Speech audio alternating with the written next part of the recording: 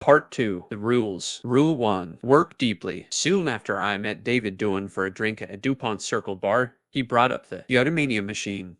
Dewan is an architecture professor, and therefore likes to explore the intersection between the conceptual and the concrete. The Yotamania machine is a good example of this intersection. The machine, which takes its name from the ancient Greek concept of eudaimonia, the state in which you're achieving your full human potential, turns out to be a building.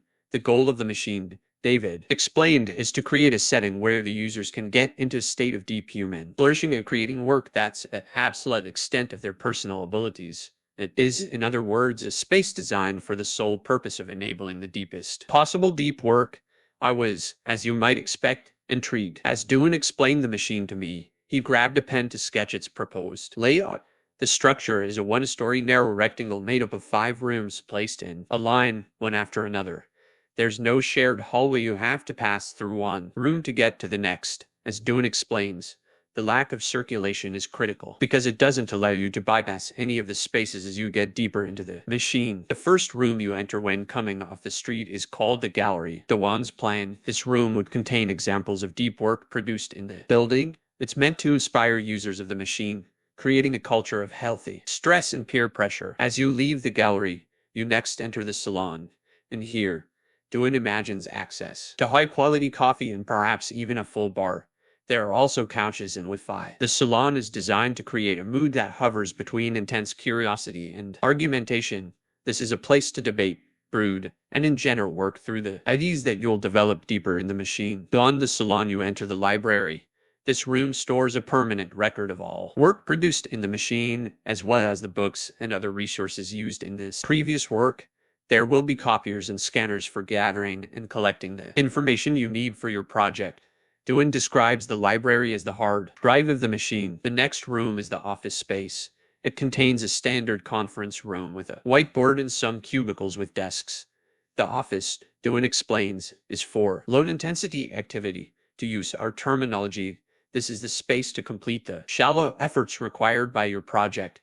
Dewan imagines an administrator with a desk in the office who could help its users improve their work habits to optimize their efficiency. This brings us to the final room of the machine, a collection of what Dewan calls deep work chambers. He adopted the term deep work from my articles on the topic.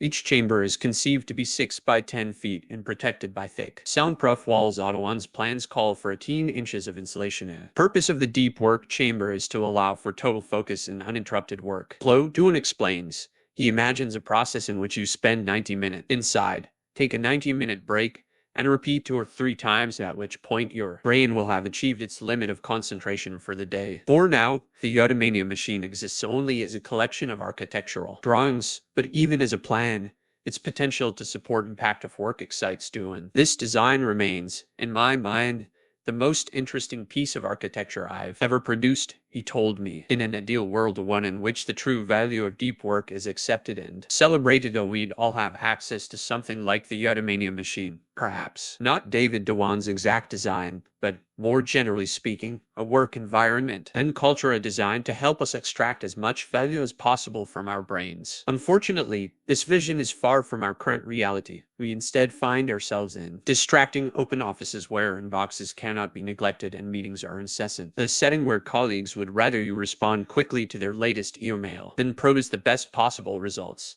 As a reader of this book, in other words, you're a disciple of depth in a shallow world. This rule of the first of such rules in part 2 of this book is designed to reduce this conflict.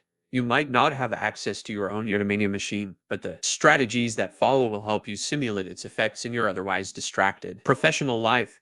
They'll show you how to transform deep work from an aspiration into a regular and significant part of your daily schedule. Rules to through for will then help you get the most out of this deep work habit by presenting, among other things, strategies for training your concentration ability and fighting back encroaching distractions. Before proceeding to these strategies, however, I want to first address a question that might be nagging you. Why do we need such involved interventions? Put another way, once you accept that deep work is valuable, isn't it enough to just start doing more of it? Do we really need something as complicated as the Yotamania machine, or its equivalent, for something as simple as remembering to concentrate more often? Unfortunately, when it comes to replacing distraction with focus, matters are not so simple.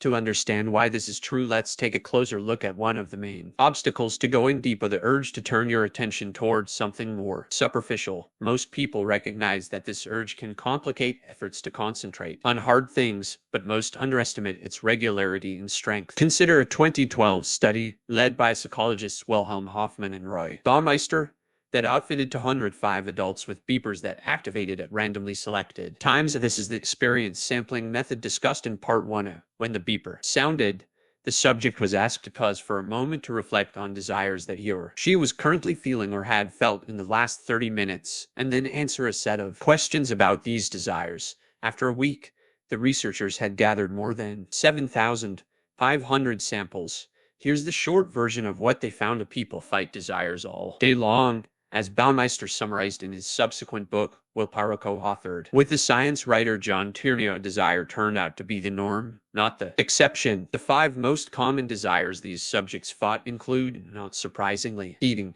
sleeping, and sex. But the top 5 list also included desires for taking a break from hard work, checking email and social networking sites, surfing the web, listening to music, or watching television. The lure of the internet and television proved especially strong. The subjects succeeded in resisting these particularly addictive distractions only around half the time. These results are bad news for this rule's goal of helping you cultivate a deep work habit. They tell us that you can expect to be bombarded with the desire to do anything but work deeply throughout the day, and if you're like the German subjects from the Hoffman and Baumeister study, these competing desires will often win out. You might respond at this point that you will succeed where these subjects failed, because you understand the importance of depth and will therefore be more rigorous in your will to remain concentrated. This is a noble sentiment, but the decades of research that preceded this study underscore its futility. And now a voluminous line of inquiry, initiated in a series of pioneering papers also written by Roy Baumeister, has established the following important and at the time unexpected a truth about willpower: you have a finite amount of willpower that becomes depleted as you use it. Your will, in other words, is not a manifestation of your character that you can deploy without limit. It's instead like a muscle that tires. This is why the subjects in the Hoffman and Baumeister study had such a hard time fighting desires over time. These distractions drained their finite pool of willpower until they could no longer resist. The same will happen to you, regardless of your intentions, unless, that is, you're smart about your habits. This brings me to the motivating idea behind the strategies that follow. The key to developing a deep work habit is to move beyond good intentions and add routines and rituals to your working life designed to minimize the amount of your limited willpower necessary to transition into and maintain a state of unbroken concentration. If you suddenly decide, for example, in the middle of a distracted afternoon spent web browsing, to switch your attention to a cognitively demanding task, you'll draw heavily from your finite willpower to wrest your attention away from the online shininess. Such attempts will therefore frequently fail. On the other hand, if you deployed smart routines and rituals, or perhaps a set time and quiet location used for your deep tasks each afternoon, you'd require much less willpower to start and keep going. In the long run, you'd therefore succeed with these deep efforts far more often. With this in mind, the 6 strategies that follow can be understood as an arsenal of routines and rituals designed with the science of limited willpower in mind to maximize the amount of deep work you consistently accomplish in your schedule. Among other things, they'll ask you to commit to a particular pattern for scheduling this work and develop rituals to sharpen your concentration before starting each session.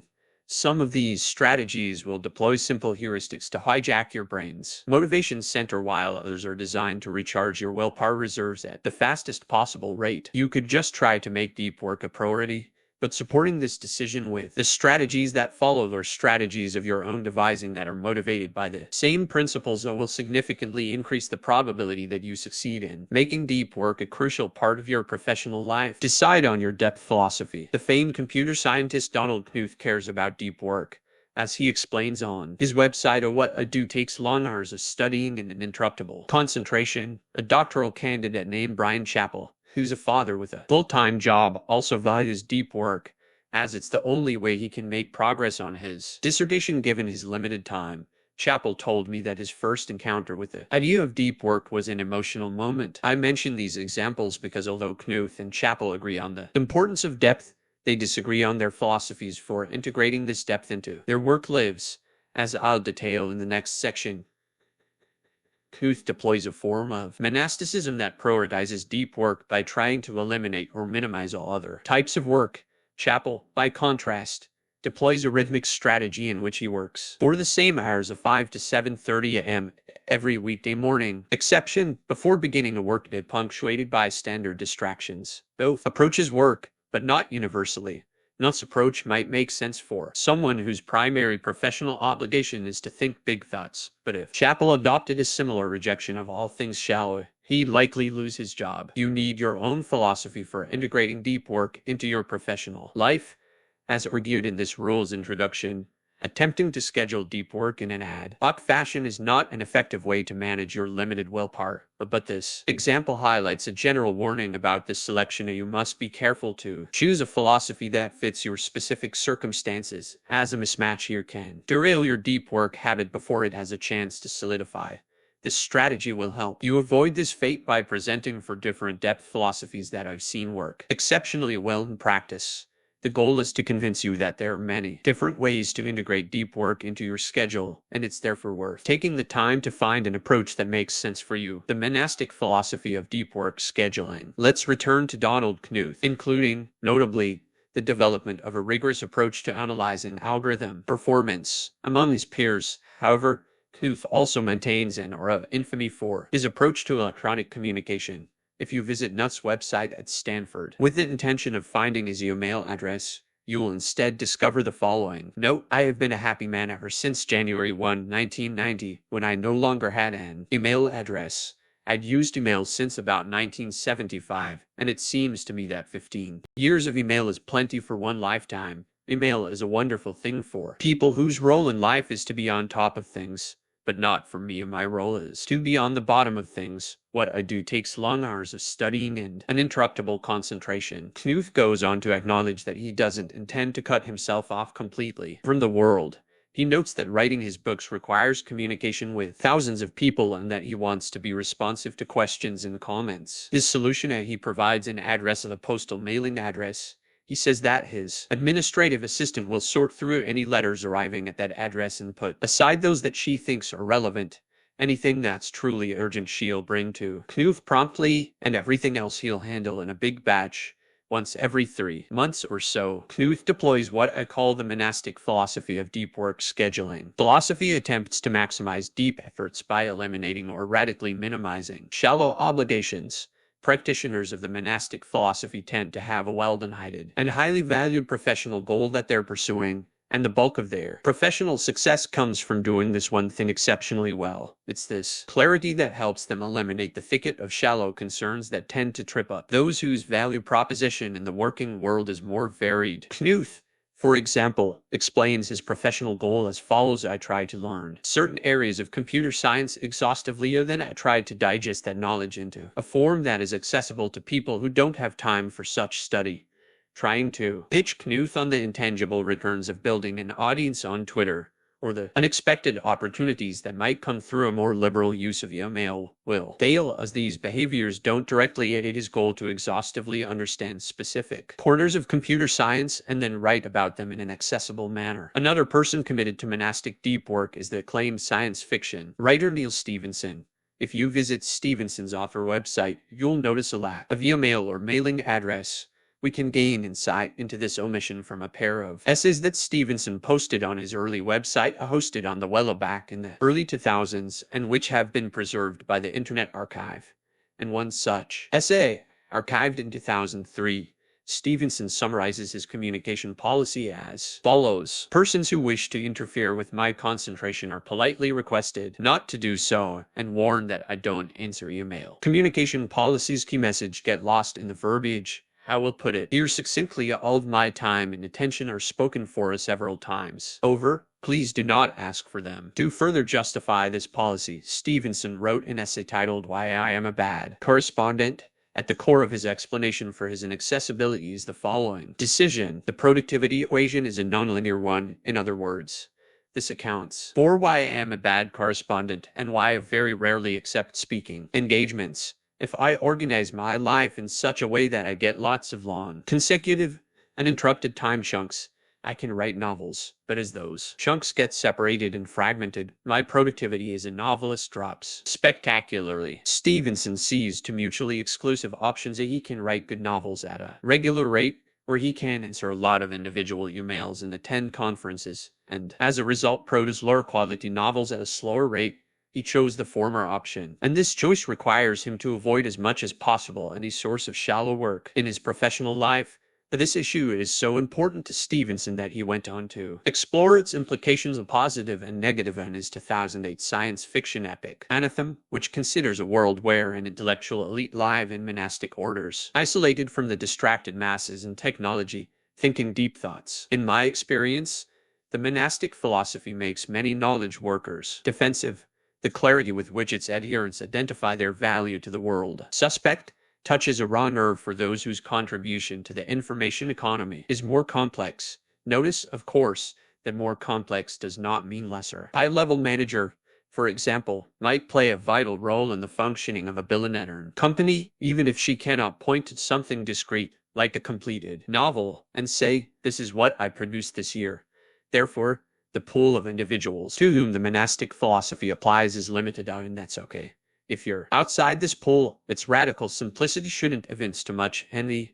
On the other hand, if you're inside this pool as someone whose contribution to the world is discrete, clear, and individualized, then you should give this philosophy serious consideration, as it might be the deciding factor between an average career and one that will be remembered. The Bimodal Philosophy of Deep Work Scheduling. This book opened with a story about the revolutionary psychologist and thinker Carl Jung in the 1920s. At the same time that Jung was attempting to break away from the strictures of his mentor, Sigmund Freud, he began regular retreats to a rustic stone house he built in the woods outside the small town of Balmain. When there, Jung would lock himself every morning into a minimally appointed room to write without interruption. He would then meditate and walk in the woods to clarify his thinking in preparation for the next day's writing. These efforts, I argued, were aimed at increasing the intensity of Jung's deep work to a level that would allow him to succeed in intellectual combat with Freud and his many supporters. In recalling this story, I want to emphasize something important. Jung did not deploy a monastic approach to deep work.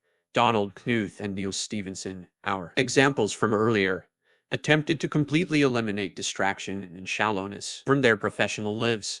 Jung, by contrast, sought this elimination only during the periods he spent at his retreat. The rest of Jung's time was spent in Zurich, where his life was anything but monastic. He ran a busy clinical practice that often had him seeing patients until late at night. He was an active participant in the Zurich coffeehouse culture, and he gave and attended many lectures in the city's respected universities.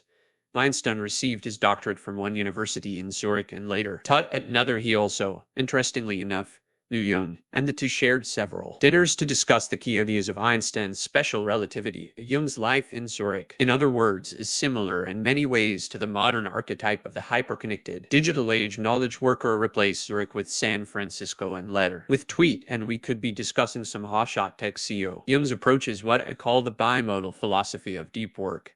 This philosophy asks that you divide your time, dedicating some clearly defined stretches to deep pursuits and leaving the rest open to everything else. During the deep time, the bimodal worker will act monastically, seeking intense and uninterrupted concentration. During the shallow time, such focus is not prioritized. This division of time between deep and open can happen on multiple scales. For example, on the scale of a week, you might dedicate a 4-day weekend to depth and the rest to open time. Similarly, on the scale of a year, you might dedicate one season to contain most of your deep stretches, as many academics do over the summer or while on sabbatical. The bimodal philosophy believes that deep work can produce extreme productivity, but only if the subject dedicates enough time to such endeavors to reach maximum cognitive intensity of the state in which real breakthroughs occur. This is why the minimum unit of time for deep work in this philosophy tends to be at least one full day. To put aside a few hours in the morning, for example, is too short to count as a deep work stretch for an adherent of this approach. At the same time, the bimodal philosophy is typically deployed by people who cannot succeed in the absence of substantial commitments to non-deep pursuits. For example, needed his clinical practice to pay the bills in the Zurich coffeehouse, seemed to stimulate his thinking. The approach of shifting between two modes provides a way to serve both needs well. To provide a more modern example of the bimodal philosophy in action, we can once again consider Adam Grant, the Wharton Business School professor whose thoughtfulness about work habits was first introduced in Part 1. As you might recall, Grant's schedule during his rapid rise through the professorship ranks at Wharton provides a nice bimodality case study. On the scale of the academic year, he stacked his courses into one semester so that he could focus the other on deep work. During these deep semesters, he then applied the bimodal approach on the weekly scale. Would, perhaps once or twice a month, take a period of 2 to 4 days to become completely monastic. He would shut his door, put an out-of-office autoresponder on his email, and work on his research without interruption. Outside of these deep sessions, Grant remained famously open and accessible. In some sense, he had to be. His 2013 bestseller, Give and Take, promotes the practice of giving of your time and attention without expectation of something in return as a key strategy in professional advancement. Those who deploy the bimodal philosophy of deep work admire the productivity of the monastics, but also respect the value they receive from the shallow behaviors in their working lives. Perhaps the biggest obstacle to implementing this philosophy is that even short periods of deep work require a flexibility that many feel they lack in their current positions. If even an hour away from your inbox makes you uncomfortable, then certainly the idea of disappearing for a day or more at a time will seem impossible. But I suspect bimodal working is compatible with more types of jobs than you might guess. Earlier, for example, I described a study by Harvard Business School professor Leslie Perlow. In this study, a group of management consultants were asked to disconnect for a full day each work week. The consultants were afraid the client would rebel. It turned out that the client didn't care. As young Grant and Perlow's subjects discovered, people will usually respect your right to become inaccessible if these periods are well defined and well advertised. And outside these stretches, you're once again easy to find. The rhythmic philosophy of deep work scheduling. In the early days of the Seinfeld show, Jerry Seinfeld remained a working comic with a busy tour schedule. It was during this period that a writer and comic named Brad Isaac, who was working open mic nights at the time, ran into Seinfeld at a club waiting to go on stage. As Isaac later explained in a now classic Lifehacker article, I saw my chance. I had to ask Seinfeld if he had any tips for a young comic. What he told me was something that would benefit me for a lifetime. Seinfeld began his advice to Isaac with some common sense, noting the way to be a better comic was to create better jokes, and then explaining that the way to create better jokes was to write every day. Seinfeld continued by describing a specific technique he used to help maintain this discipline. He keeps a calendar on his wall. Every day that he writes jokes, he crosses out the date on the calendar with a big red X. After a few days, you will have a chain, Seinfeld said.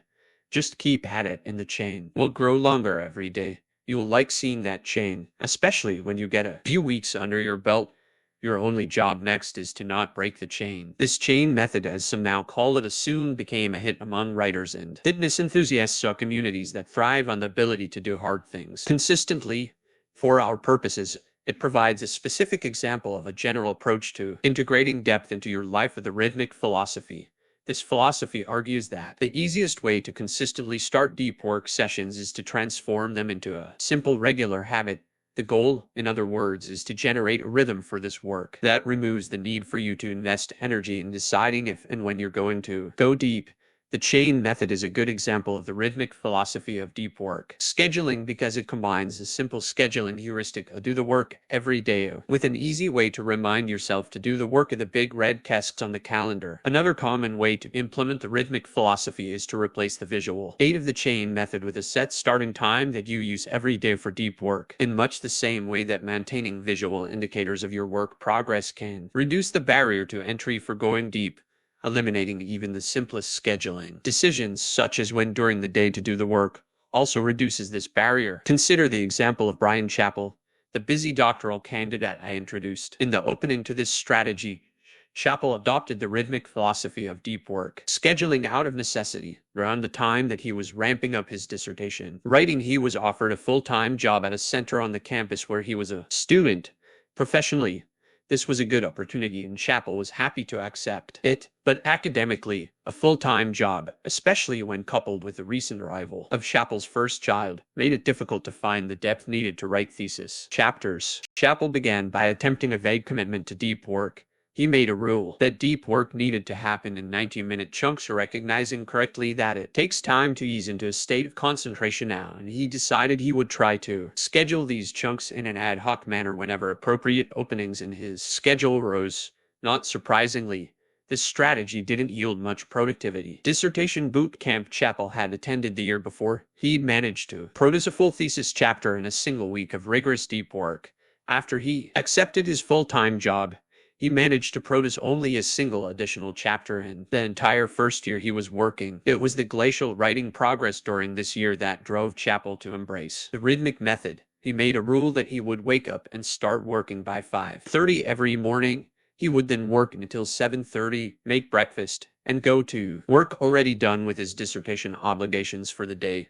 Pleased by early progress, he soon pushed his wake-up time to 4:45 to squeeze out even more morning depth. When I interviewed Chappell for this book, he described his rhythmic approach to deep work scheduling as both astronomically productive and guilt-free.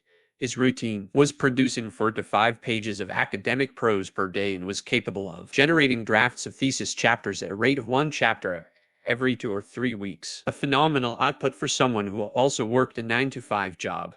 Who's to say that it can't be that prolific? He concluded. Why not me? The rhythmic philosophy provides an interesting contrast to the bimodal philosophy. It perhaps fails to achieve the most intense levels of deep thinking sought in the daily concentration sessions favored by the bimodalist. The trade-off, however, is that this approach works better with the reality of human nature by supporting deep work with rock-solid routines that make sure a little bit gets done on a regular basis.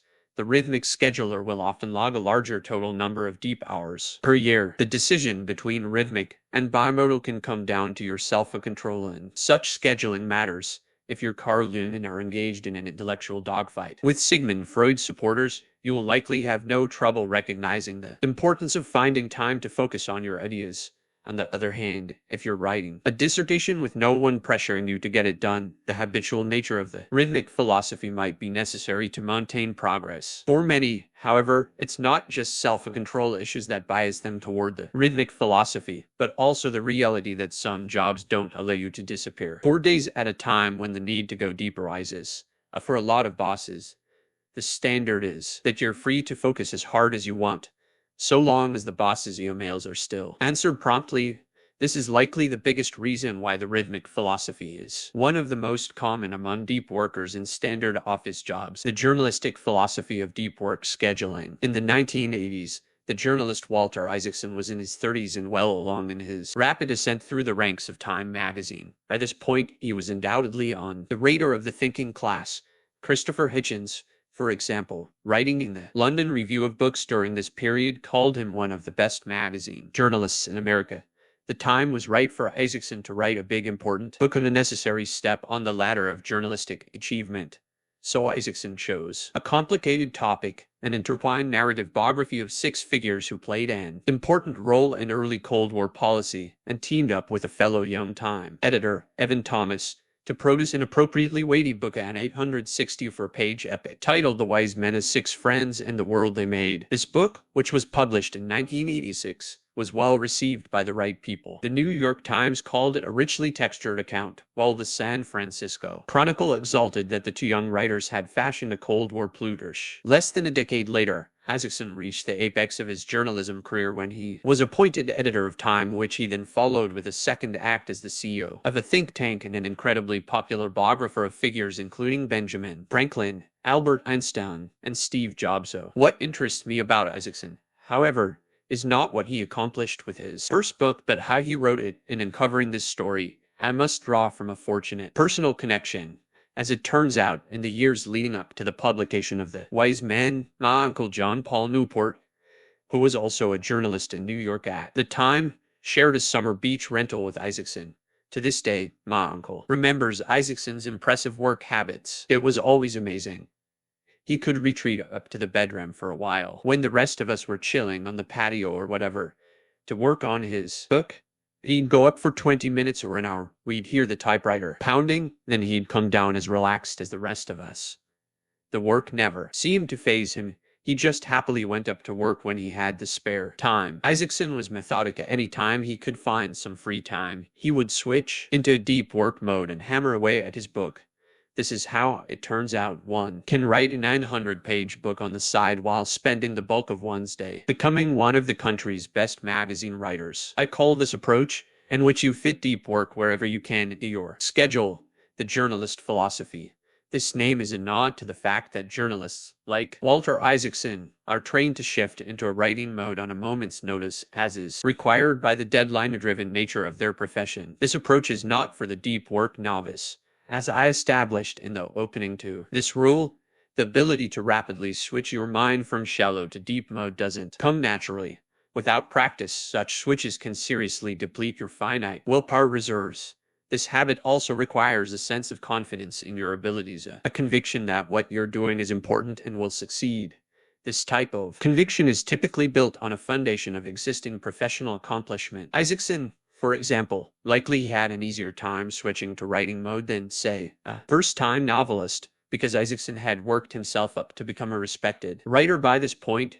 He knew he had the capacity to write an epic biography and understood it to be a key task in his professional advancement. This confidence goes a long way in motivating hard efforts. I'm partial to the journalistic philosophy of deep work because it's my main approach to integrating these efforts into my schedule. In other words, I'm not monastic in my deep work, though I do find myself occasionally jealous of my fellow computer scientist Donald Knuth's unapologetic disconnection. I don't deploy multi-depth binges like the bimodalists. And though I am intrigued by the rhythmic philosophy, my schedule has a way of thwarting attempts to enforce a daily habit. Instead, in an ode to Isaacson, I face each week as it arrives and do my best to squeeze out as much depth as possible. To write this book, for example, I had to take advantage of free stretches of time wherever they popped up. If my kids were taking a good nap, I'd grab my laptop and lock myself in the home office. If my wife wanted to visit her parents in nearby Annapolis on a weekend day, I'd take advantage of the extra childcare to disappear to a quiet corner of their house to write.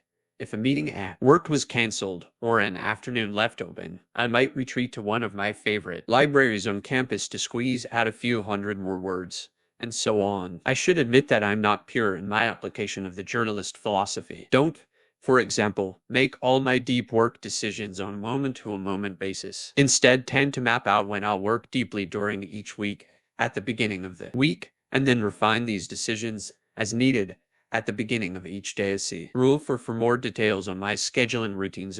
By reducing the need to make decisions about deep work moment by moment, I can preserve more mental energy for the deep thinking itself. In the final accounting, the journalistic philosophy of deep work scheduling remains difficult to pull off, but if you're confident in the value of what you're trying to produce and practiced in the skill of going deep, the skill we will continue to develop in the strategies that follow, it can be a surprisingly robust way to squeeze out large amounts of depth from an otherwise demanding schedule. Ritualize an often overlooked observation about those who use their minds to create valuable things is that they're rarely haphazard in their work habits.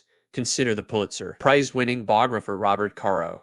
As revealed in a 2009 magazine profile, every inch of Caro's New York office is governed by rules: where he places his books, how he stacks his notebooks, what he puts on his wall, even what he wears to the office. Everything is specified by a routine that has varied little over Caro's long career. I trained myself to be organized, he explained. Charles Darwin had a similarly strict structure for his working life during the period when he was perfecting On the Origin of Species. As his son Francis later remembered, he would rise promptly at 7 to take a short walk. He would then eat breakfast alone and retire to his study from 8 to 9:30. The next hour was dedicated to reading his letters from the day before, after which he would return to his study from 10:30 until noon. After this session, he would mull over challenging ideas while walking on a proscribed route that started at his greenhouse and then circled a path on his property. He would walk unsatisfied with his thinking, then declare his workday done. The journalist Mason Curry, who spent half a decade cataloging the habits of famous thinkers and writers and from whom I learned the previous two examples, summarized this tendency toward systematization as follows. There is a popular notion that artists work from inspiration and that there is some strike or bolt or bubbling up of creative mojo from who knows where. But I hope my work makes clear that waiting for inspiration to strike is a terrible, terrible plan. In fact, perhaps the single best piece of advice I can offer to anyone trying to do creative work is to ignore inspiration. In a New York Times column on the topic, David Brooks summarizes this reality. More bluntly, great creative minds think like artists but work like accountants. This strategy suggests the following to make the most out of your deep work sessions. Build rituals of the same level of strictness and idiosyncrasy as the important thinkers mentioned previously. There's a good reason for this mimicry. Great minds, like Carl and Darwin, didn't deploy rituals to be weird. They did so because success in their work depended on their ability to go deep. Again and again, there's no way to win a Pulitzer Prize or conceive a grand theory without pushing your brain to its limit. Their rituals minimize the friction in this transition to depth, allowing them to go deep more easily and stay in the state longer. If they had instead waited for inspiration to strike before settling into serious work, their accomplishments would likely have been greatly reduced. There's no one correct deep work ritual. The right fit depends on both the person and the type of project pursued, but there are some general questions that any effective ritual must address: where you'll work and for how long. Your ritual needs to specify a location for your deep work efforts. This location can be as simple as your normal office with the door shut and desk cleaned off. A colleague of mine likes to put a hotel-style "do not disturb" sign on his office door when he's tackling something difficult. If it's possible to identify a location used only for depth, or for instance, a conference room or quiet library, the positive effect can be even greater. If you work in an open office plane, this need to find a deep work retreat becomes particularly important. Regardless of where you work, be sure to also give yourself a specific time frame to keep the session a discrete challenge and not an open-ended slog. How you'll work once you start to work. Your ritual needs rules and processes to keep your efforts structured. For example, you might institute a ban on any internet use, or maintain a metric such as words produced per 20-minute interval to keep your concentration honed. Without this structure, you'll have to mentally litigate again and again what you should and should not be doing during these sessions, and keep trying to assess whether you're working sufficiently hard. These are unnecessary drains on your willpower reserves. How you will support your work. Your ritual needs to ensure your brain gets the support it needs to keep operating at a high level of depth. For example, the ritual might specify that you start with a cup of good coffee, or make sure you have access to enough food of the right type to maintain energy, or integrate light exercise such as walking to help keep the mind clear. As Nietzsche said, it is only ideas gained from walking that have any worth. This support might also include environmental factors, such as organizing the raw materials of your work to minimize energy and dissipating friction, as we saw with Caro's example. To maximize your success, you need to support your efforts to go deep. At the same time, this support needs to be systemated so that you don't waste mental energy figuring out what you need in the moment. These questions will help you get started in crafting your deep work ritual. Keep in mind that finding a ritual that sticks might require experimentation, so be willing to work at it. I assure you that the effort's worth it. Once you've evolved something that feels right, the impact can be significant. To work deeply is a big deal and should not be an activity undertaken lightly. Surrounding such efforts with a complicated and perhaps, to the outside world, quite strange ritual accepts this reality of providing your mind with the structure and commitment it needs to slip into the state of focus where you can begin to create things that matter. Make grand gestures. In the early winter of 2007, J.K. Rowling was struggling to complete the Deathly Hallows, the final book in her Harry Potter series. The pressure was intense, as this book bore the responsibility of tying together the six that preceded it in a way that would satisfy the series' hundreds of millions of fans. Rowling needed to work deeply to satisfy these demands, but she was finding unbroken concentration increasingly difficult to achieve at her home office in Edinburgh, Scotland. As I was finishing Deathly Hallows, there came a day where the window cleaner came. The kids were at home. The dogs were barking. Rowling recalled in an interview.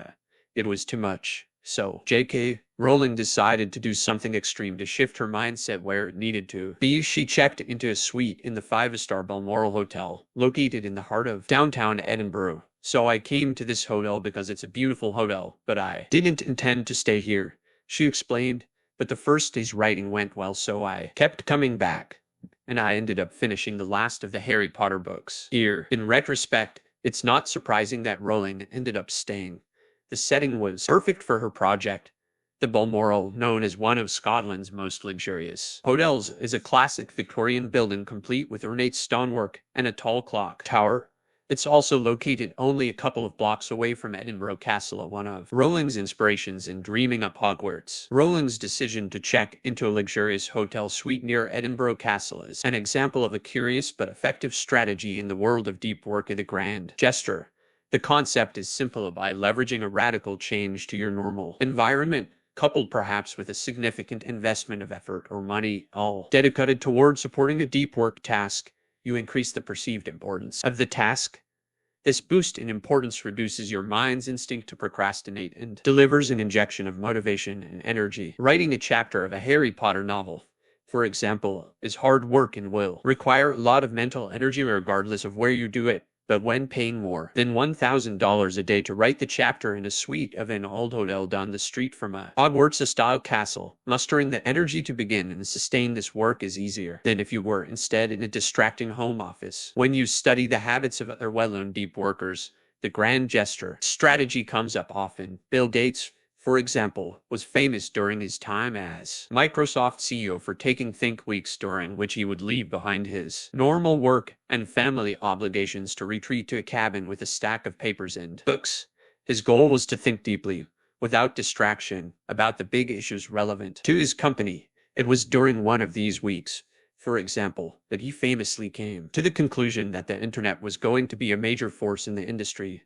There was nothing physically stopping Gates from thinking deeply in his office in Microsoft's Seattle headquarters, but the novelty of his week-long retreat helped him achieve the desired levels of concentration. The MIT physicist and award-winning novelist Alan Lightman also leverages grand gestures. In his case, he retreats each summer to a tiny island in Maine to think deeply and recharge. At least as of 2000, when he described this gesture in an interview, the island not only lacked internet, but didn't even have phone service. He then justified it. It's really about 2.5 months that I'll feel like I can recover some silence in my life, which is so hard to find. Not everyone has the freedom to spend 2 months in Maine, but many writers, including Dan Pink and Michael Pollan, simulate the experience year-round by building, often at significant expense and effort, writing cabins on their properties. Pollan, for his part, even wrote a book about his experience building his cabin in the woods behind his former Connecticut home.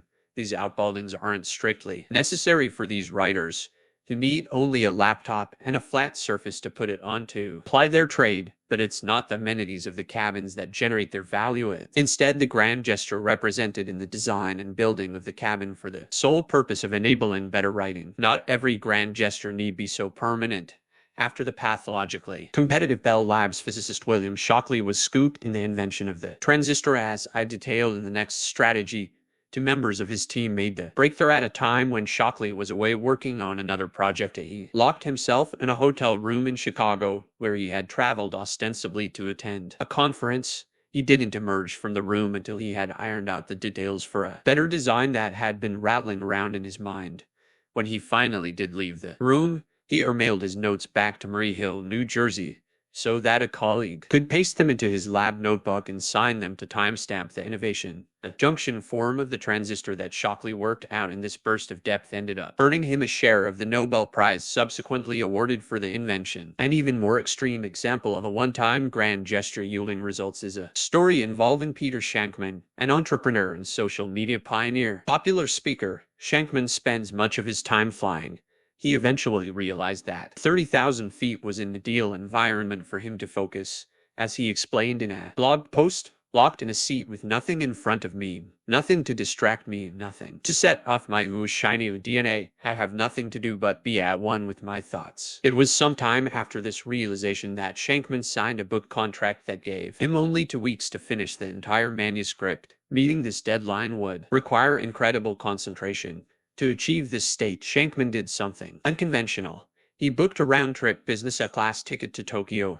He wrote during the whole flight to Japan, drank an espresso in the business-class lounge once he arrived in Japan, then turned around and flew back, once again writing the whole way, arriving back in the States only 30 hours after he first left with a completed manuscript now in hand. The trip cost $4,000 and was worth every penny. Explained in all of these examples, it's not just the change of environment or seeking of quiet that enables more depth. The dominant force is the psychology of committing so seriously to the task at hand, to put yourself in an exotic location to focus on a writing project, or to take a week off from work just to think, or to lock yourself in a hotel room until you complete an important invention of these gestures. Push your deep goal to a level of mental priority that helps unlock the needed mental resources. Sometimes to go deep, you must first go big.